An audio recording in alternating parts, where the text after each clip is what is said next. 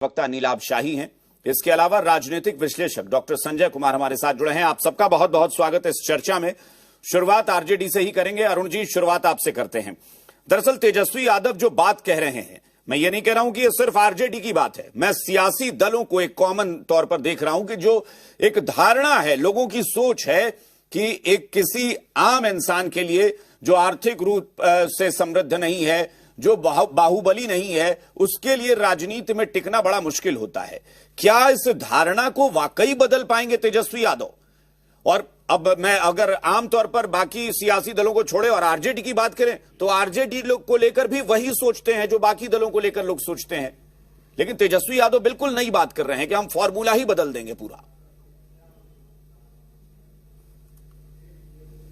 देखिए अभिषेक जी, हमारे आदरणीय नेता तेजस्वी यादव जी कोई नई बात नहीं कह रहे हैं और जमीनी बात कर रहे हैं। कार्यकर्ताओं की हित की बात करते हैं, कार्यकर्ताओं को ध्यान में रखते हुए बात कर रहे हैं और उन्होंने कर के भी दिखाया है।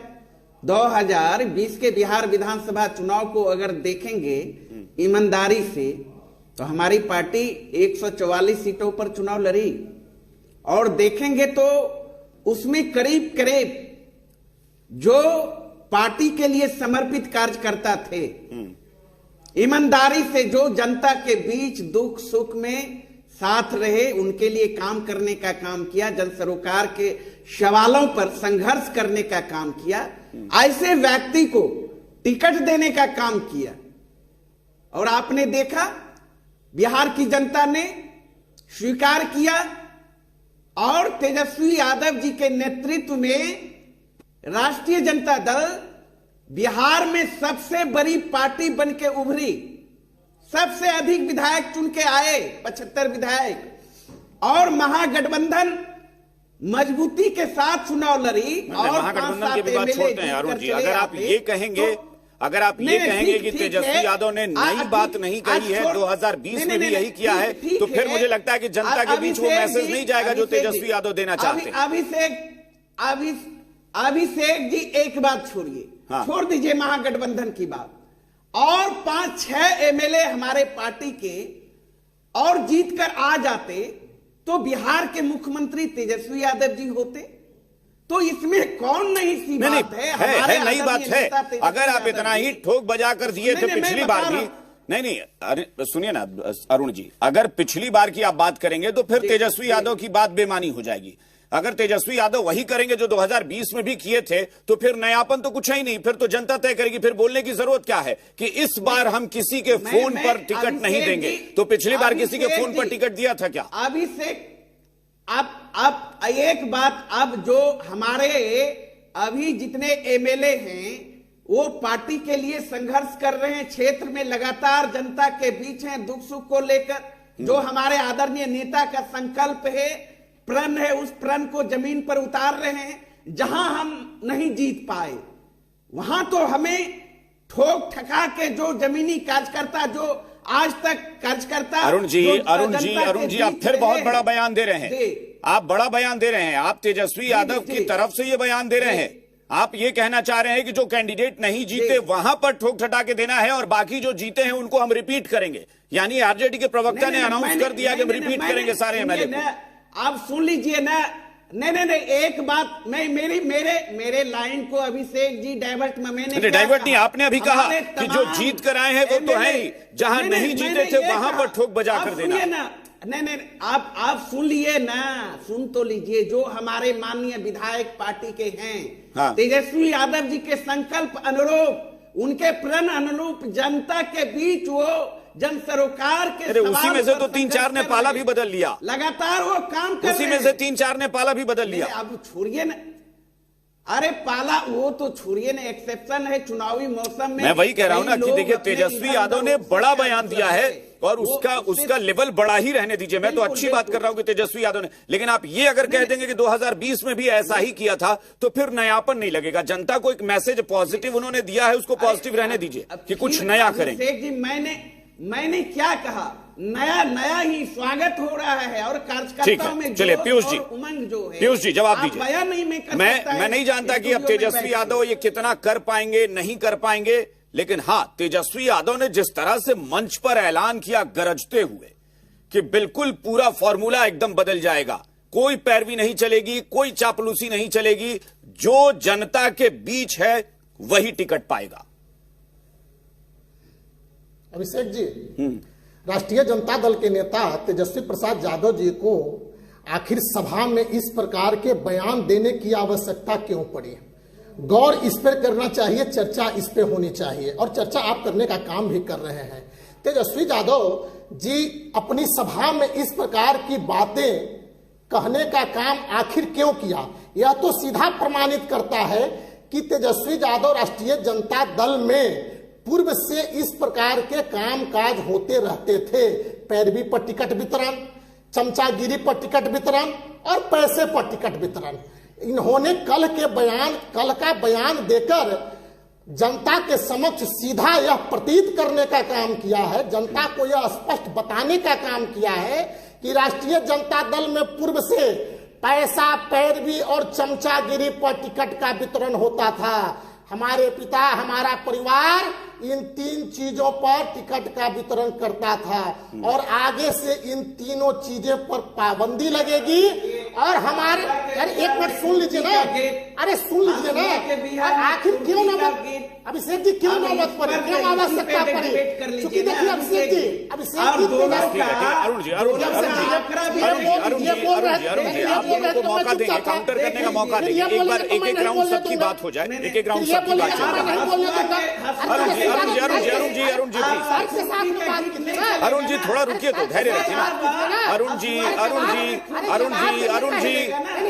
मैं फिर कह रहा हूं कि तेजस्वी यादव ने एक बड़ा बयान दिया है, तो अरुण जी उसकी चर्चा होने दीजिए। एक अच्छा बयान मैं उसको मानता हूं, चर्चा तो हो जाए। यादव की बातों को ही दोहराने का काम कर रहे हैं। आपने तो प्रमाणित करने का काम किया कि हमारी पार्टी के नेता, अरे हमारी पार्टी के राष्ट्रीय अध्यक्ष लालू प्रसाद यादव पैसा करने का काम करते थे। एडीआर का रिपोर्ट क्या कहता है?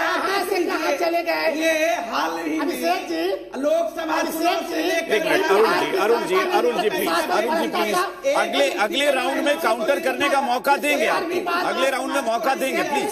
अभिषेक आ रहे हैं ना अरुण जी, प्लीज थोड़ा धैर्य रखिए, थोड़ा धैर्य रखिए, थोड़ा धैर्य रखिए अरुण जी। अरुण जी की बारी आएगी, पीयूष जी भी इसी तरह की आप बोलिए। पीयूष जी आप अपनी बात पूरी करिए, आप अपनी बात पूरी करिए प्लीज। पीयूष जी आप बात पूरी। अरे मैं तो तेजस्वी यादव की बातों को दोहराने का काम, अभिषेक जी मैं तो तेजस्वी प्रसाद यादव जी की बातों को दोहराने का काम कर रहा हूं। उन्होंने तो जनता के समक्ष यह प्रमाणित करने का काम किया। देखिए अभिषेक जी, बिहार की जनता यह समझ चुकी है, बिहार की जनता यह जानती है। उन्होंने कल सभा में इस प्रकार का जब बयान दिया है, तो बिहार की जनता यह कानाफूसी करना शुरू की कि आखिर तेजस्वी प्रसाद यादव ने इस प्रकार का बयान क्यों दिया। बिहार की जनता यह जानती है कि तेजस्वी यादव परिवारवाद, राष्ट्रीय जनता दल परिवारवाद की पार्टी है, जहां टिकट के वितरण पर एक परिवार की जिम्मेदारी होती है और एक परिवार का वर्चस्व रहता है, एक परिवार का फैसला होता है। ठीक है, चलिए नीलाभ शाही जी के पास। ठीक है फिर आएंगे परिवारवाद और बाकी चीजों पर और भी चर्चा हम लोग कर लेंगे। दूसरे दलों, ठीक है, नीलाभ शाही जी मेरा सवाल वही है कि तेजस्वी यादव ने बोला, ठीक है, और मैं मानता हूं कि पॉजिटिव है, अगर हर पार्टी ये करे तो अच्छी बात है, लेकिन हाँ ये सिर्फ कह देने भर के लिए कि जनता के बीच छवि एकदम बदल जाए कि भाई बड़ा एकदम आरजेडी ने इस बार तो एकदम सारे संत महात्मा उतार दिए चुनाव में एकदम। लेकिन सवाल यही है कि अगर वो ये कहते हैं कि किसी नेता के फोन कर देने से मैं टिकट नहीं दे दूंगा, तो क्या आरजेडी में वाकई ऐसा हुआ? और बाहरी व्यक्ति, दूसरे पार्टी के लोग या दूसरे नेता ने तो किया नहीं होगा, आरजेडी के ही किसी नेता ने पैरवी की होगी। तो ये क्या जेडीयू ने तो इसको मुद्दा बना लिया कि तेजस्वी यादव ये बता रहे हैं कि अब लालू जी की नहीं चलेगी, मेरी चलेगी। अभिषेक जी, जिस मुद्दे पे ये डिबेट आपने रखा है और हमारे बीजेपी के प्रवक्ता भाई पीयूष जी ने जो इस पे अपनी टिप्पणी रखी है, इसका तो कोई औचित्य ही नहीं बनता है कि अगर आपने कहा कि किसी के पैरवी पर मैं टिकट नहीं दूंगा, अगर तेजस्वी जी का ये बयान है, तो आप इसको इस तरीके से देखिए, बीजेपी के भी कई विधायक होंगे, उनके वहां पे उस क्षेत्र के समर्थक होंगे, उन समर्थकों की राय होगी कि अगले बार विधानसभा चुनाव में हमारे जो है एमएलए को या हमारे कैंडिडेट को टिकट मिले, इसके लिए वो प्रयास करते हैं। यह एक स्वस्थ राजनीति है जिसमें हर समर्थक चाहता है कि हमारे लीडर को हमारे विधानसभा से टिकट मिले। तो ये तो कोई मुद्दा ही नहीं है। नहीं इनके बीजेपी नीलाभ जी दोनों अलग है। क्षेत्र से अगर आती है आवाज, आम लोगों की आवाज उठती है कि इसको टिकट मिले, तो तेजस्वी यादव तो उसको टिकट देने की बात कर रहे हैं कि जनता के बीच से जो आवाज आएगी हम उस पर टिकट देंगे, वहां सर्वे कराएंगे। तेजस्वी यादव कह रहे हैं कि हम नेताओं की पैरवी नहीं सुनेंगे। कोई नेता फोन करके कहे कि टिकट दे दिए, नहीं चलेगा। ये तो कौन करता है? ये सवाल तो उठता है कि कोई नेता कौन, बाहरी नेता तो कोई फोन करेगा नहीं, आरजेडी का ही तो कोई नेता फोन करेगा। देखिए, आसपास हर विधानसभा में नेता है, हर जिला में नेता है पार्टी के, उनकी भी अपनी राय होती है कि फलाना नेता यहाँ पे बहुत एक्टिव है, वो बहुत कर्मठ है। अब नीलाभ जी, किसी ने अपनी राय रख दी है। अब राजनीति में ठीक है, पत्रकारिता में करता हूं, लेकिन इतना भी ना समझ नहीं हो कि अब क्या प्रखंड अध्यक्ष फोन कर देंगे तेजस्वी यादव को, या पंचायत से कोई फोन कर देगा उठा के इनको टिकट दे दिया जाए, तेजस्वी यादव टिकट दे देंगे। अरे नेता मतलब बड़े नेता की बात हो रही है, प्रखंड और पंचायत स्तर पर नहीं हो रही है। तो उनकी भी अपनी वहां पे राय होगी ना, उनकी भी वहां पे पहुंच होगी, वहां देखते होंगे, काम करने वाले लोग हैं, उनकी नहीं सुनेंगे। अगर देखिए अभी तेजस्वी जी का जो बयान है, इसको आप सकारात्मक रूप से लीजिए। बिहार तो कह रहा हूं बड़ा पॉजिटिव है, ये सब लोग करें। हाँ, बिहार की राजनीति में एक युवा नेता तेजस्वी जी पिछले बिहार विधानसभा में एक दिन में 17 रैलियां करके बिहार की नंबर 1 पार्टी बन के उन्होंने दिखाया। 17 रैली, फिर अलग बात। नहीं, अब फिर 17 रैली मत जोड़िए। सवाल यह है कि पिछली बार अगर कैंडिडेट का चयन इसी आधार पर हुआ था तो तेजस्वी यादव को यह बोलने की जरूरत नहीं पड़ती। तेजस्वी यादव ने बोला, इसका मतलब है कि इस बार तेजस्वी यादव को, अभी पिछले जो मीटिंग हुई थी आरजेडी की कार्यकारिणी, उसमें कार्यकारिणी में तय हुआ कि फैसला भी तेजस्वी यादव करेंगे। तो यानी इस बार वो कह रहे हैं, पिछली बार ऐसा नहीं हुआ था। देखिए आरजेडी की पार्टी की अपनी उनका ये आंतरिक मामला है, लेकिन तेजस्वी जी का जो बयान है वो वाकई में सकारात्मक है और बिहार की राजनीति के लिए ये सारे शुभ संकेत हैं और बिहार के भविष्य के लिए ये शुभ संकेत। ठीक है, आपके विरोधी क्या बोलते हैं मुझे पता नहीं है, लेकिन मैं सवाल ये ग्राफिक्स में हमारे स्क्रीन पर चल भी रहा है और मैं ये सवाल भी पूछ रहा हूं कि क्या वाकई ऐसा हो पाएगा? अगर होता है तो बहुत अच्छी बात है। विनीत जी, तेजस्वी यादव जिस पहल या कहें कि जिस नए फॉर्मूले की बात कर रहे हैं, वो फॉर्मूला कितना कारगर होगा? और मैं उसी में से एक दूसरी लाइन निकाल रहा हूं अपनी तरफ से कि क्या फिर यह माना जाए कि आरजेडी से इस बार कोई भी दागी उम्मीदवार नहीं होगा? अभिषेक भाई नमस्कार, गुड इवनिंग सभी को। जी नमस्कार। देखिए अभिषेक भाई, मुझे बड़ा बुरा लग रहा है अरुण भाई जैसे सरीखे राजद के कार्यकर्ताओं के साथ, क्योंकि भाई ये लोग तो झंडा ढो रहे थे और टिकट किसी को पैरवी से मिल जा रहा था। दुष्यंत कुमार अरुण कुमार के लिए, अरुण भाई जी के लिए कहते हैं कि यहां तो दरख्तों के साए में धूप लगती है कि चलो चले यहां से उम्र भर के लिए। अब तक तेजस्वी यादव शायद यही कर रहे थे। और जो ये शब्द देखिएगा ठोक ठाक के दिया जाएगा, अरे क्या चेक करेंगे आप? उम्मीदवारों का बैंक बैलेंस या उनका क्रिमिनल रिकॉर्ड कि किस पे कितना एफआईआर है, केस दर्ज है, उसके अनुसार आप टिकट दीजिएगा। और अगर टिकट दीजिएगा तो जरा ये भी बताइए, लुबे लुबाब ये है अभिषेक भाई कि ये कुछ भी कर लें, 2025 के चुनाव में ये जरूर ठोकेंगे, लेकिन माथा ठोकेंगे और कलेजा ठोकेंगे, क्योंकि इस बार 25 सीट से भी नीचे उतरने वाले हैं ये लोग। तो ये कुछ भी कर लें, राजद जो है आगे नहीं बढ़ेगी, चुनाव नहीं जीत रही है। और मैं तो इनके कार्यकर्ताओं से अपील करूंगा कि समय अभी भी है, आप वहां से निकल जाइए, क्योंकि टिकट जो है पैरवी पे ही जाएगा, बैंक बैलेंस पे ही जाएगा और कोई पैमाना नहीं होगा टिकट देने का राजद में। तो ये आप मानते हैं यानी कि मतलब तेजस्वी यादव कहीं आरजेडी की छवि के बारे में उनको आभास हो चुका है, उनको लग रहा है कि जनता के बीच छवि बन गई है आरजेडी की, इसलिए बदलने के लिए सारे बयान आ रहे हैं? अभिषेक भाई, कौन सी छवि? जिस पार्टी का जन्म ही ऐसे हुआ है, फितरत जो है डीएनए में घुसी पड़ी है। क्या क्या भाई?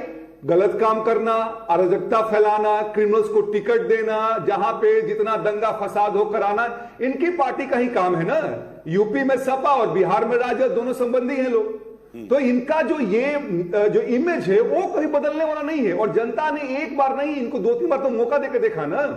15 साल के भुक्तभोगी अभिषेक भाई, फिर आप कहिए कि 15 साल पे क्यों लेकर चले गए? अरे भाई, दूध का जला छाक भी फूक फूक के पीता है, बिहार की जनता वो गलती नहीं करने वाली। आप कुछ भी कर ले, लालू प्रसाद यादव का फोटो हटा दे बैनर से, ठीक है, या लालू प्रसाद यादव जी की बात नहीं मान लिया। चलिए मैं मान लेता हूं कि 15 साल का लग रहा है कि आरजेडी की छवि उस वक्त खराब थी, आरजेडी की इमेज खराब हो गई। तेजस्वी यादव क्या उसको बदलना चाहते हैं, या तेजस्वी, मैं फिर वही कह रहा हूं, क्या तेजस्वी यादव को इस बात का एहसास हो गया है कि इस चुनाव से पहले जनता को यह मैसेज देना जरूरी है कि हम कैंडिडेट के चयन में बहुत ईमानदारी बरतेंगे? मेरे हिसाब से, मेरे समझ से तेजस्वी यादव का यह बयान ठोक ठाका, इसका तात्पर्य यह है कि जिसका जितना बड़ा बैंक बैलेंस होगा उसको टिकट मिलेगा, जिसका जितना बड़ा एफआईआर का रिकॉर्ड होगा उसको उतना टिकट मिलेगा। अरुण जी कुछ कहना चाह रहे हैं? अरुण जी छोटा सा कमेंट, मैं डॉक्टर संजय के पास जाऊंगा। घुसते हैं, ये कह रहे हैं कि ठोक ठटाने का मतलब है कि यही है कि बैंक बैलेंस और क्रिमिनल रिकॉर्ड। नहीं, देखिए, अपने दिल से जानिए पराये दिल का हाल। एलजेपीआर का तो स्थिति जग जाहिर है, मैं बोलूंगा तो विनीत भाई बमक जाएंगे। चिराग जी का ट्रैक रिकॉर्ड क्या रहा है पिछले लोकसभा में? विनीत जी ऐसे कार्यकर्ता झंडा ढोते रहे, स्टूडियो में चिल्ला रहे हैं, और कहां से आ गया फर्स्ट बिहार, फर्स्ट बिहारी की बात करते करते चिराग भाई फर्स्ट अपराधी, फर्स्ट परिवार की बात करने लगे। तो ये इनके मुंह से तो शोभा देता नहीं है। लेकिन ट्रैक रिकॉर्ड अपराधियों का आप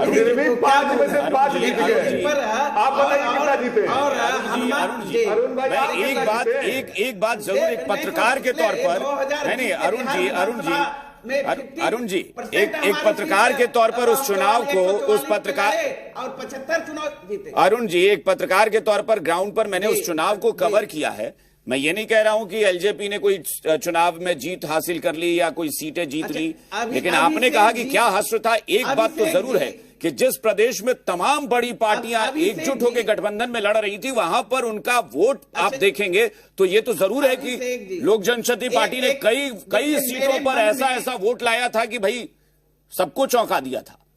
अभिषेक जी, हाँ। अभिषेक जी, आप जिस सवाल पे डिबेट चला रहे हैं, ईमानदारी से, आप भी पत्रकार हैं और दिल पर हाथ रखकर सोचिए, अलग हट जाइए। मैं भी हट जाता हूं, किसी पार्टी का प्रतिनिधि के रूप में बैठा हूं। क्या राजनीति में चाहे जिस भी दल का कार्यकर्ता हो, पार्टी हो, क्या वहां जो भी लीडर होते हैं अप्रोच नहीं करते हैं? क्या इसमें सच्चाई नहीं है? क्या मैंने पहले ही कहा कि ये तो कॉमन बात है, ये एक पार्टी की नहीं है, हर पार्टी का मसला है। तो इसमें मिर्ची लगने की भाजपा हो, जदयू हो, हर पार्टी करती है। और तेजस्वी यादव जी ने तो जमीनी हकीकत बात कही है।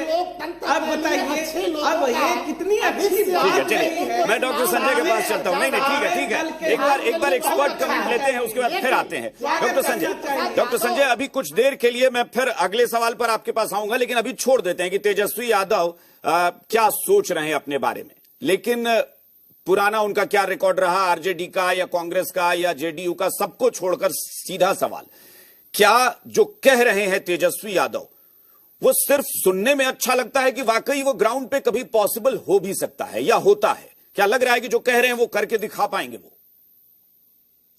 देखिए, राजनीति में पार्टियां चाहे जितनी आदर्श की बात कर ले, मूल्य की बात कर ले, लेकिन जिताऊ कैंडिडेट पर ही दांव लगाती है। और जिताऊ कैंडिडेट हर पार्टी को चाहिए, चूंकि सत्ता में उनकी हिस्सेदारी चाहिए, सत्ता में भागीदारी चाहिए या सत्ता चाहिए। तो तेजस्वी जी अगर कह रहे हैं, बिल्कुल, अगर आदर्श की स्थिति में उसको देखा जाए तो क्यों नहीं, उम्मीदवारों के चयन में सावधानी अगर बरतने की बात कर रहे हैं, सक्षम और योग्य उम्मीदवारों की बात की जा रही है, कहा जा रहा है कि जो फीडबैक हमें मिलेगा पार्टी सर्वे कराएगी, और जो लोग जमीन पर वास्तव में पार्टी और पार्टी की मजबूती के लिए खड़े हैं हम उनको टिकट देंगे। लेकिन ऐसा होता है क्या राजनीति में? राजनीति में दरी बिछाते हुए, झंडा ढोते हुए चप्पलें घिस जाती हैं, उनका पूरा उम्र निकल जाता है, पार्टी उनको टिकट नहीं देती है। ये आदर्शवादी बातें और ये मूल्य वाली बातें सुनने में अच्छा लगता है, लेकिन जो वास्तविकता क्या होती है कि पार्टियां देखती है कि कौन व्यक्ति चुनाव जीत सकता है और कौन व्यक्ति चुनाव हार सकता है। और ये कोई तेजस्वी जी की बात नहीं है, कोई आरजेडी की बात नहीं है, बिल्कुल हर पार्टी, ये कॉमन बात है। हाँ, ये सारी पार्टियां वही करती है कि ये मूल्य, सिद्धांत, आदर्श लगता तो था यही। राजनीति में जब डेमोक्रेसी में जब पॉलिटिकल पार्टियां बनी तो पॉलिटिकल पार्टियों का तो तरीका यही होता था कि संघर्ष, पार्टी के सिद्धांत, पार्टी के कार्यक्रम, पार्टी के मजबूती पर ही उसको पुरस्कृत किया जाता था और वो चुनाव में उनको टिकट दिया जाता था। लेकिन होता क्या है, संघर्ष कोई और करते रहते हैं, बाजी कोई और मार लेते हैं। और बाजी मारने के कौन कौन से पैमाने हैं, क्या इस पैनल में बैठे हुए लोगों को नहीं पता है क्या कि कैसे बाजी मार ली जाती है? कैसे वो जो इशारे में बातें की जा रही है कि भाई ठीक है, वो एक बाहुबली की छवि है, वो वहां के रॉबिन हुड हैं, वहां के ये हैं, टिकट उनके हिस्से में चली गई और कार्यकर्ता पूरा जीवन भर संघर्ष करते रह गया, उनको किनारे कर दिया गया। अच्छा, आपके लिए भी सोचा जाएगा, कहा कि उनको टरका दिया जाता है। धन बल कि भाई पार्टी और पार्टी की मजबूती के लिए जो धन की जरूरत है, अगर वो बड़े बड़े धन्ना सेठ आकर के वो चढ़ा दिए, फिर काहे के लिए पार्टी पूछेगी भाई कि आपका क्या बैकग्राउंड है? और अभी तो लोकसभा का चुनाव हुआ है, जरा देख तो लीजिए कि भाई उनका पार्टी को सींचने में और पार्टी को ऊंचाई पर पहुंचाने में क्या योगदान था, और कब किस पार्टी में पाला बदले, कैसे उन्होंने चढ़ाया, पार्टी ने उनको उपकृत किया, वो टिकट लिए, सामाजिक समीकरण का ताना बाना बुना गया और वो कहीं और बैठे हुए हैं। तो ये बात आदर्श में अगर तेजस्वी जी युवा है, बिल्कुल तेजस्वी जी की सोच है कि हम जमीनी कार्यकर्ता को और एक सर्वे के आधार पर कि वो व्यक्ति जो पार्टी को सींचा है अपने पसीने से, अपने खून से, अपने संघर्षों से, अपनी ताकत से, हम उन पर दांव लगाएंगे, बहुत अच्छी बात है। और अगर ऐसा टिकट बंटवारा होता है तो मैं मानता हूं कि सारी पार्टियों के लिए प्रेरणादायक चीज होगी। और मैं एकदम बिल्कुल लॉजिक एक रखता हूं, लॉजिकल बात कर रहा हूं, और मुझे लगता है कि सब लोग सियासी पार्टियों को भी इससे कम से कम ऐतराज नहीं होगा या नकारेंगे नहीं। डॉक्टर संजय, अगर चुनाव में खर्च मायने नहीं रखता तो शायद समय के साथ साथ चुनाव आयोग उम्मीदवारों के लिए खर्च सीमा बढ़ाता नहीं। अभी जो है विधानसभा चुनाव के लिए 40 लाख रुपए एक विधानसभा उम्मीदवार के लिए खर्च की सीमा तय की है चुनाव आयोग ने, ये आधिकारिक तौर पर है। अब 40 लाख रुपए अगर खर्च करने की सीमा तय आधिकारिक तौर पर की गई है तो अब अलग तरीके से कितना खर्च होता होगा उससे अंदाजा लगाया जा सकता है।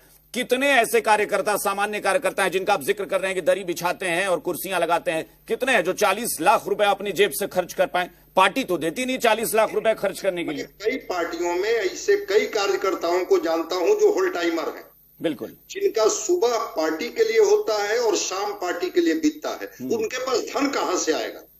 अगर वो कोई व्यापार नहीं करते होंगे और व्यापार में वो समय नहीं देते होंगे तो धन कहां से आएगा?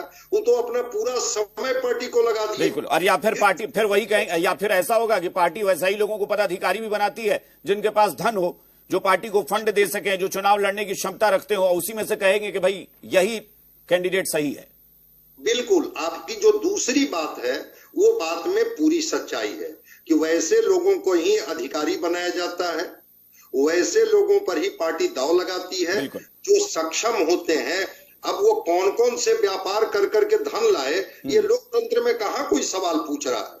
वो आजादी के बाद की पीढ़ी थोड़े है कि साइकिल पर घूम करके लोग चुनाव जीत जाते थे। कैंडिडेट की ईमानदारी और कैंडिडेट का संघर्ष परिणाम दे देता था। आज कहता है कि भाई कितनी बड़ी गाड़ियों के साथ वो नॉमिनेशन करने गए। अरे एक मुखिया चुनाव लड़ता है बिहार में, वो मुखिया चुनाव जब लड़ता है उसका खर्च जब आप अनऑफिशियल बात करेंगे तो आपको जानकर के आश्चर्य होगा कि एक मुखिया को चुनाव लड़ने के लिए क्या इन पार्टियों को नहीं पता है? बिल्कुल, विधानसभा चुनाव में मेरी ही बहुत सारे लोगों से बात होती है जो राजनीति में है, और वही लोग बताते हैं कि 1 करोड़ 1.5 करोड़ रुपए तो यूं खर्च हो जाते हैं चुनाव में, विधानसभा चुनाव में। अब 40 लाख रुपए तो चुनाव आयोग ने खर्च सीमा तय की है। अरुण जी, मैं आपके पास आता हूं। अरुण जी बताइए जरा, चूंकि जब आपने ये देख लिया कि चुनाव आयोग ने 40 लाख रुपए की खर्च की सीमा तय कर दी है और ये आधिकारिक तौर पर है, अनऑफिशियली पता नहीं आंकड़ा कितना खर्च होता है, कहां से आप कैंडिडेट चुनेंगे और कैसे चुनेंगे? इसका मतलब है ना कि आपने पार्टी में पहले ही से 5 लोगों का नाम तय कर लिया जिनके पास बढ़िया धन बल हो,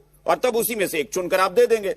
फिर जनता इसमें बीच में कहां आ गई कि जनता के लिए जो जी जान लगा देगा उसी के लिए? देखिए अभिषेक जी, आप राष्ट्रीय जनता दल के विधायकों की सूची देख लीजिए। मैं अभी सुन रहा था, मेरे मित्र 1 दर्जन एमएलए हैं संघर्ष करने वाले, झंडा ढोने वाले। जीतन राम मांझी जी को जो चुनाव हराया मुकदमपुर से, सतीश दास युवा राष्ट्रीय जनता दल का गायक का अध्यक्ष था, जाके पता कर लीजिए उनके पास कितनी संपत्ति है। मोरवा से रणविजय साहू हमारे मित्र हैं, एमएलए हैं, जीत कर आए, पता कर लीजिए उनकी क्या हालत है। रेखा पासवान, शिवचंद्र राम, एक दर्जन में अगर पता कर लीजिए इनके उम्मीदवार गिनाने लगूं तो 75 एमएलए में 90% राष्ट्रीय जनता दल। अब सुनिए ना, भारतीय जनता पार्टी नहीं है पूंजीपतियों की पार्टी। के लिए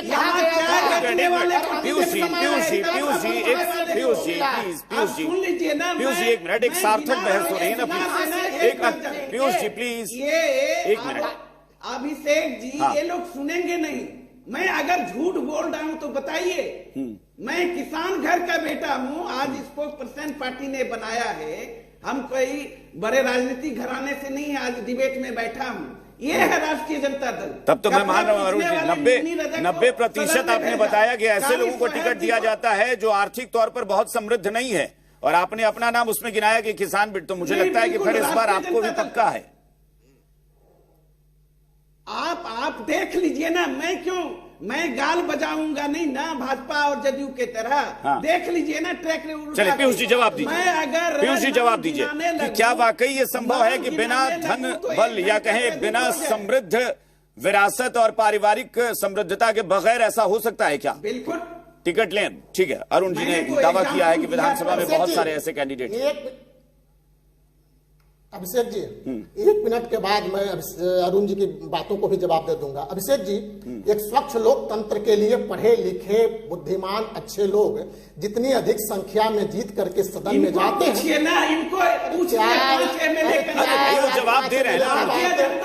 5 एमएलए का बात करते हैं। ये धरना अभिषेक जी राष्ट्रीय जनता दल को इनके 15 साल के कुशासन, अराजकता और भ्रष्टाचार के कारण बिहार की जनता ने 18 वर्षों से इनको सत्ता से बाहर रखने का काम किया है। क्या तर्क है? लोगों के पास कोई मुद्दा है भ्रष्टाचारी लोगों के पास जो जमीन के बदले नौकरी के बदले जमीन लेने का काम करते हैं? अरे ये है भारतीय जनता पार्टी। पूछ लीजिए, पटना ने 5 एमएलए का नाम गिना लीजिए। भारतीय जनता पार्टी चाहिए इन लोगों को। अरे सर मानी चाहिए जनता दल के नेता को। तेजस्वी प्रसाद यादव को केस में है, 5 करोड़ रुपए राशि लेने का आरोप लगा है। संजीव कुमार सिंह ने पर आरोप लगाने का काम किया है। क्या दीपक यादव से इन्होंने कितने पैसे लिए? ये जनता के बीच बताने का काम करेंगे। बताइए चाहिए, आप बता दीजिए। राष्ट्रीय जनता दल के नेताओं को जवाब नहीं जुट रहा है। 5 एमएलए का बहस करने का काम करते हैं जो ग्राउंड। चलिए ठीक है नीलाभ जी, ठीक है नीलाभ जी, ये अभी छोड़ देते हैं। ये लड़ाई चल रही है कि किसने कितना टिकट के लिए पैसा वसूला है, लेकिन हाँ ये सवाल जरूर उठ रहा है कि आखिर वो किस तरह की संपन्नता देखी जाएगी, और वो संपन्नता आर्थिक तौर पर होगी या फिर सामाजिक संपन्नता देखी जाएगी कि समाज के बीच कितना मेहनत करते हैं, काम करते हैं। क्या ये संभव है कि आज के समय में जब राजनीति माना गया कि एक समृद्ध परंपरा जो है वही आगे बढ़ सकती है, बाकी गरीब तबके से तो लोग बढ़ेंगे ही नहीं? अभिषेक जी, तेजस्वी यादव जी नौजवान हैं और उन्होंने 2020 का आप याद करिए कि रोजी रोजगार की मुद्दे जो है बिहार से खत्म हो चुके थे। रोजी रोजगार और पलायन, इन मुद्दों पर राजनीति की शुरुआत अगर बिहार में 2 दशक के बाद हुई तो तेजस्वी यादव जी के बीच में, तेजस्वी यादव जी के वजह से हुई। दूसरी बात, ये हमारे बीजेपी के भाई जो बिना मतलब का 20 बरस से यहाँ पे पिछलगवा पार्टी होके राज कर रहे हैं, और हुआ करने से डिबेट में वो अपना औचित्य सिद्ध नहीं कर सकते हैं। पहले अपने पार्टी के वो दागी विधायकों का लिस्ट निकाल के देखे ना। अभी इन्होंने जो दिया है, कितने चुनाव में दिया है, टिकट दिया है, कितना एक से एक ये इन्होंने अच्छे लोगों को टिकट दिया, लेकिन विधायकों का लिस्ट निकल रही है। तेजस्वी यादव जी रोजी रोजगार की बात कर रहे हैं, इनको तेजस्वी यादव जी अच्छे लोगों को टिकट देने की बात कर रहे हैं। अरे भाई, आप स्वस्थ लोकतंत्र। फिर अरुण जी, पीयूष जी प्लीज, ये आप लोग भाई रुकिए ना, आप लोगों की बात हो गई। अब थोड़ा ये नीलाभ जी बोल रहे हैं, उस पर विनीत जी को बोलना होगा, बोलेंगे। नीलाभ जी बोलिए। अभिषेक जी, ये लोग मुद्दा से भटकाने वाले लोग हैं। जनता को ये सिर्फ बताएंगे, और आप इस मुद्दे को आपकी पार्टी मतलब जो भी महागठबंधन इंप्लीमेंट करेगा एकदम ग्राउंड पर ये दिखेगा ना, बिल्कुल। उस वक्त कोई लॉजिक तो नहीं देंगे, उस वक्त कोई अलग तरीके का तर्क तो बीच में नहीं लाएंगे कि नहीं इस वजह से हमको देना पड़ा टिकट। अभिषेक जी उसी का परिणाम है कि आज आपके सामने इस पैनल में नीलाभ कुमार बैठा हुआ है, एक 32 साल का नौजवान जो यहाँ पे अपनी पार्टी की बात रख रहा है। महागठबंधन की यही पहचान है। और ये लोग क्या बोलेंगे भाई? जी विनीत जी परिवारवाद वाले खुद लोग हैं। विनीत जी को आवाज दीजिए। विनीत जी बताइए। अभिषेक भाई, ये बड़ा हास्यास्पद लगता है वीआईपी के नीलाभ भाई को सुन के, जिनके सुप्रीमो की इतनी भारी बेइज्जती किया गया, इनके विधायकों को तोड़ लिया गया। ये बैठ अब देखिए सर, पहले अपना गाना सुनाइए ना भाई, लोकसभा में टिकट में परिवार कह दिया। अरुण जी आप सबके बारे में तो आप ही बोल रहे हैं। विनीत भाई आपके जो उम्मीदवार थे लोकसभा चुनाव में, कौन से उन्होंने पार्टी को सींचा? आप भी रुकिए ना, विनीत जी बोल रहे हैं, विनीत जी बोल रहे हैं, पीयूष जी नहीं थे। विनीत जी की आवाज दीजिए। भाई आपके विनीत जी की आवाज दीजिए। जमीनी कार्यकर्ता। हाँ। आप इसकी आप पहले जवाब। हाँ ठीक है सर, देखिएगा, ध्यान से रहिएगा। राजद ऐसे नहीं कि जमीन के अंदर ठेल रहे आपको। क्या है अभिषेक भाई कि अगर धन बल की और बाहुबल की निकलेगी तो जरा पूछिए कि राम वृक्ष सदा जी कौन है? सबसे गरीब विधायक हैं तेजस्वी यादव ने कैसे उनकी उपेक्षा की है? बेचारे रो रो के अपना दुख बयान कर रहे थे, उसके बारे में ये बात नहीं करेंगे। दूसरी बात पढ़िए अरुण भाई, और दूसरी बात तो एक और एग्जाम्पल बोलने की अरुण जी थोड़ा सुन लीजिए ना। अरुण जी थोड़ा सुन लीजिए ना भाई, सबको मौका दे ही रहे हैं बारी बारी से। विनीत जी आप अपनी बात पूरी करिए। हाँ सुनिए अभिषेक भाई, जरा मेरा एक सवाल है, अरुण भाई से पूछिए, कितने साल से राजद में हैं? कहां तक पहुंचे हैं? क्या किसी आयोग में मेंबर बने, किसी आयोग के अध्यक्ष बने, विधायक तो लड़ ही नहीं पाए? तो ये कौन सी पार्टी आपको आगे बढ़ा रही है? सीधा सा मतलब है तेजस्वी यादव कुछ भी कर ले अभिषेक भाई, जिसके पास जितना बड़ा बैंक बैलेंस, जितना बड़ा एफआईआर का रिकॉर्ड, जो सनातन को गाली दे, ऐसे लोगों को ये टिकट देंगे सर। और हम पे टिप्पणी तो बिल्कुल ना करें सर। 5 लड़े 5 में जीते, जरा अपना डेटा बताइए। उपचुनाव में आपका क्या हश्र हुआ, जरा ये बताइए। तो सर पहले देखिए, पहले ये सेमीफाइनल लोग बता दिया है। चौधरी आगे बाहर से, अच्छा राजेश वर्मा तेज प्रताप क्या है, तेजस्वी यादव क्या है, बताइए ना, मीसा भारती क्या है, रोहिणी आचार्य क्या है, उससे पहले साले साहब को क्या थे वो भूल जाते हैं आप। आपके मुंह से अभिषेक भाई, अरे कहते हैं कि पहले जिसका घर शीशे का होता है ना, लाइट ऑफ करके कपड़ा बदलिए, समझे, दिक्कत में आइएगा। हर कोई जानता है कि आर पार देख चुका है सर। देखिए मैं एक बात जरूर कहूंगा कि ये लोग, ये एक मिनट विनीत जी और मैं सारे सियासी दल के लोगों से ये कहूंगा कि एक बात जरूर ध्यान रखिएगा कि बाकी दिन जब हम डिबेट करते हैं तो जनता उसको देख रही होती है ये सोचकर कि हाँ भाई डिबेट में आज ये बड़ा मुद्दा है। आज मुझे लगता है बहुत सारे कैंडिडेट्स भी अगर डिबेट देख रहे होंगे तो यही सोचेंगे कि लगता है इस बार आरजेडी से हम लोगों का बेड़ा पार होगा, लगता है आरजेडी टिकट देगी। इसलिए मैं चाहता हूं कि गंभीर चर्चा हो, बहुत सारे कैंडिडेट का। हाँ बताइए, बहुत लोगों का भविष्य दांव पर लगा है इस डिबेट पर, इस डिबेट की वजह से। देखिएगा बहुत ध्यान से। हाँ पीयूष जी। अभिषेक जी, निश्चित रूप से आप एक गंभीर विषय पर चर्चा करने का काम कर रहे हैं, लेकिन अरुण जी इस चर्चा को सार्थक होने नहीं देंगे। जहां गरीबों का उद्धार होता है, चर्चा को अरुण जी सार्थक होने नहीं देंगे। जमीनी अरुण जी की यही नीति है, अरुण जी की यही नीति है, राष्ट्रीय जनता दल की यही नीति है। अरे इनका ना भाजपा से। ठीक है अरुण जी, मैं फिर कह रहा हूं कि देखिए, इसको लड़ाई का मसला न बनाकर मैं फिर कह रहा हूं कि बहुत ध्यान से देखिएगा, बहुत सारे लोगों का भविष्य इस पर टिका हुआ है आज के डिबेट पर। मैं डॉक्टर संजय के पास चलता हूं। डॉक्टर संजय जी एक मिनट, अभिषेक जी एक मिनट। हाँ बताइए पीयूष। हाँ अभिषेक जी एक मिनट। अभिषेक जी निश्चित रूप से एक गंभीर विषय पर आज चर्चा करने का काम कर रहे हैं। हम चाहते हैं, अरुण जी बोलने नहीं देंगे, कहां से? अरुण जी प्लीज थोड़ा आप लोग, अरुण सीधा माइक बंद कीजिए। मैं मौका काउंटर का दे ही रहा हूं आपको, तो थोड़ा 1 मिनट उनकी बात सुनिए। हाँ पीयूष जी बोलिए। अभिषेक जी एक तरफ अरुण जी गंभीर कहते हैं, अब फिर डिस्टर्ब भी करते हैं, इनकी माइक को बंद किया जाए। नहीं आप बोल दीजिए ना, आपकी पार्टी क्या करने जा नहीं, रही है? अरे हमारी पार्टी तो प्रजातंत्र लोकतंत्र में विश्वास करती है। हम तो चलिए ठीक है, डॉक्टर संजय के पास एक बार फिर चलते हैं। डॉक्टर संजय, मैं तो जानबूझकर थोड़ा सा लाइटर मोड में लाने की कोशिश कर रहा हूं कि लोग थोड़ा मुस्कुराते हुए चर्चा करें, लेकिन हाँ ये जरूर है कि अगर इस तरह की बहस होती है तो मैं मानता हूं कि ये सिर्फ एक पॉलिटिकल बहस नहीं है। बहुत सारे लोग जो शायद राजनीति में आने के आकांक्षी होंगे, जिनकी इच्छा होगी, जो युवा वर्ग होगा या जो राजनीति में अलग अलग पार्टियों के कार्यकर्ता होंगे, अगर वो डिबेट देख रहे होंगे तो ये सोचेंगे कि वाकई ऐसा कोई परिवर्तन आ रहा है, कुछ नायाब चीज होने वाली है। तो बात सवाल यही क्वेश्चन मार्क के साथ टिक जाता है कि क्या वाकई ये बदलाव होगा, ये संभव है, या लगता ही नहीं है कि निकट भविष्य में यह संभव है? नहीं, देखिए, बदलाव का एक बड़ा हथियार है डेमोक्रेसी, और वो हर 5 वर्ष के बाद हर व्यक्ति को मैदान में उतरने का अधिकार है, जनता के बीच में जाने का अधिकार है, और जनता का नेतृत्व करने का अधिकार है।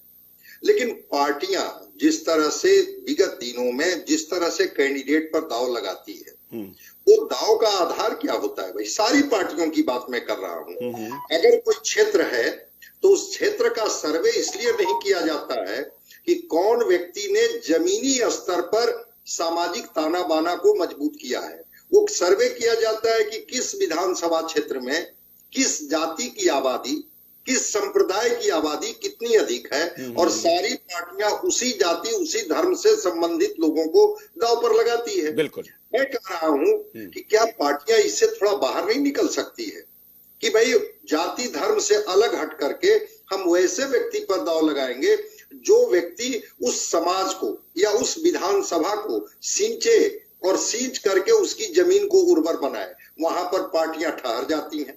दूसरी बात मैं बता रहा हूं कि बिल्कुल ये जो डिबेट लोग देख रहे होंगे, तो जो जमीनी कार्यकर्ता, आज तो पढ़े लिखे हुए नौजवान बहुत ही मजबूती से आ रहे हैं कि हम लोकतंत्र को मजबूत करेंगे और तस्वीर बदलेंगे, तकदीर बदलेंगे। तस्वीर और तकदीर बदलने का एक माध्यम ये भी है कि वो रिप्रेजेंट करें अपने क्षेत्र को, और क्षेत्र की जो मौलिक जरूरतें हैं शायद उस पढ़े लिखे हुए नौजवान से बेहतर कोई नहीं समझ सकता है। लेकिन क्या पढ़े लिखे हुए नौजवानों पर पार्टियां दांव लगाती है? क्या दांव तो किसी और पर लगा दी जाती है, और फिर सिद्धांत और आदर्श में कुछ नाम गिना दिए जाते हैं। हम लोग पढ़े थे ना कि कुछ शब्द अपवाद होते हैं। अपवाद में चीजों को मत न रखिए, आप लिस्ट जारी कर दीजिए। और मैं इसका अभी ताजा उदाहरण भी अभी दे रहा हूं कि अभी पिछला लोकसभा चुनाव ही देख लीजिए ना। पिछले लोकसभा चुनाव में इसी विपक्ष ने एनडीए को इस बात पर घेरा था कि ये लवकुश समीकरण की बात करते हैं, कोयरी समाज के कितने लोगों को टिकट दिया, उपेंद्र कुशवाहा और एक सीवान के कैंडिडेट, बस, इसके अलावा तो कोयरी समाज का कोई नहीं, हमने तो इतने लोगों को टिकट दे दिया, 5 या 7 लोगों को उतार दिया मैदान में। ये बहस थी। यानी जाति के आधार पर, कहीं धन के आधार पर, कहीं बाहुबल के आधार पर, यही अब तक समीकरण बना है। इसके अलावा तो कोई समीकरण नजर ही नहीं आया है पिछले कई दशकों में। नहीं, यही तो पीड़ा है बिहार के लोकतंत्र की, यही पीड़ा है। और मैं मानता हूं कि सारी पार्टियों को जरा इससे बाहर तो निकलिए आप। ठीक है, वो कैंडिडेट आपके जीतेंगे नहीं जीतेंगे, लेकिन एक बार वैसे लोगों पर जरा दांव लगा करके देखिए कि ये हमारा पार्टी का रिप्रेजेंटेटिव है, पार्टी का कैंडिडेट है, और वो हम उसको दांव पर लगाएंगे और सारे लोग उसको वोट करेंगे। वैसे वो बिल्कुल आपने सही कहा, जाति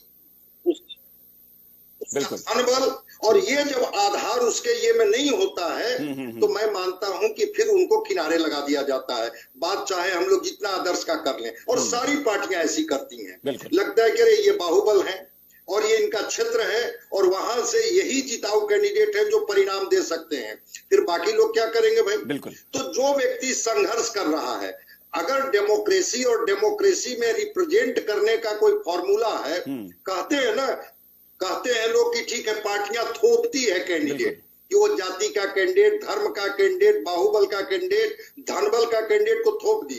ये तो तय करना जनता को है ना।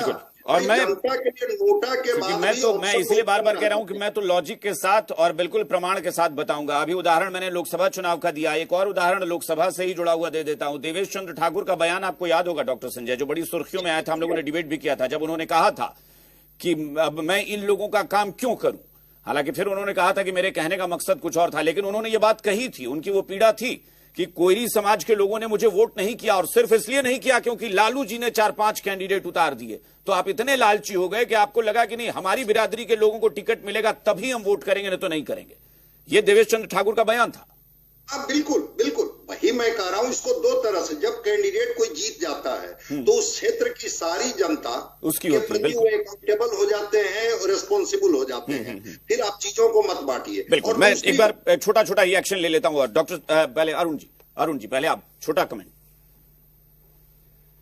देखिए अभिषेक जी, हमारे आदरणीय नेता तेजस्वी यादव जी जो कहते हैं वो करते हैं। आपने देखा 2020 के बिहार विधानसभा चुनाव में, चाहे टिकट की बंटवारे की बात हो और चाहे मुद्दे की बात हो, ठीक है, हाँ। मुद्दे पर भी जब 10 लाख नौकरी देने की बात कही थी, हाँ। तो सारे विपक्ष क्या बोल रहे थे, माननीय मुख्यमंत्री जी क्या बोल रहे थे, हाँ। लेकिन असंभव काम को संभव करके दिखाया। हाँ। उस व्यक्ति का नाम है तेजस्वी यादव जी। इसलिए तेजस्वी यादव जी के कथनी करनी में कोई अंतर नहीं है। हाँ, अंतर कहाँ है? भाजपा में, एनडीए में कहती कुछ है, करती कुछ है। और जो लकीर उस लकीर पर सबको चलना। चलिए ठीक है, उनकी बातों में कितना दम होता है। वो कहते हैं ना कि हम लोगों के यहाँ तो कहते भी हैं कि 9 महीने का जो वक्त हमारे यहाँ कहते हैं ना कि एक नया जीवन उत्पन्न होता है, तो मुझे लगता है कि शायद वही 8-9 महीने का वक्त है। चुनाव में देख लेंगे कि कितना बदलाव आता है आरजेडी में इस टिकट बंटवारे को लेकर।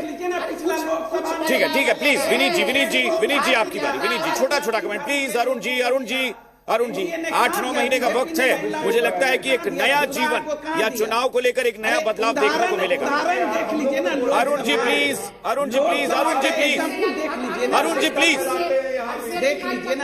जी प्लीज विनीत जी छोटा कमेंट। अभिषेक भाई बस 30 सेकंड कमेंट देंगे तो हाँ। क्या हम लोग तैयार रहे कि अरुण भाई को टिकट मिलने वाला है? नहीं मिलेगा। तेजस्वी यादव के इशारों को समझिए, कहीं पे निगाह है, कहीं पे इशारा है। जितना बड़ा बैग लेके आइएगा उसी को टिकट मिलेगा, इसके अलावा किसी को टिकट नहीं मिलेगा। अरे चुप रहिए ना अरुण भाई, हमेशा बोलते रहते हैं, हमेशा बोलते हैं। 20 साल से पार्टी में पड़े तो बड़ी मुश्किल से प्रवक्ता बने। हम तो 3 साल में बन गए, हम तो 5 से जीत गया है। हर बार बोला में जुड़ी है क्या? ये गलत है अभिषेक भाई, this is not fair. Arun ji please. Abhishek ji हाँ 1 मिनट। विनीत जी आपकी बात पूरी हो गई। विनीत जी भाई ये फेयर नहीं है भाई, नहीं 10 सेकंड। अभिषेक भाई ये गलत है। हाँ। राजद बाहर भी अराजकता फैलाता है, स्टूडियो में बैठ के करते हैं। ये लोग मना करते हैं फिर चालू क्या विजन है ये बताइए। चलिए नीलाव जी अरुण जी प्लीज। अरुण जी मैं आपसे बार रिक्वेस्ट कर रहा हूं, अरुण जी ये गलत है। मैं सबसे ज्यादा मौका आरजेडी को दे रहा हूं कि आपसे जुड़ा मुद्दा है और फिर भी आप इस तरह से कर रहे हैं। सबसे ज्यादा मैंने सवाल आपसे पूछे कि भाई आप ही की पार्टी का मुद्दा है, फिर भी आप बार टोक रहे हैं। नीलाव जी छोटा कमेंट। अभिषेक जी मैं इतना ही आपसे कहना चाहूंगा कि बिहार की राजनीति के लिए, युवा नेतृत्वकर्ता के लिए और युवा नेताओं के लिए ये शुभ संकेत है। और आदरणीय तेजस्वी यादव जी एक स्वस्थ लोकतंत्र के लिए जो है उन्होंने आगे। ठीक है पीयूष जी फाइनल कमेंट।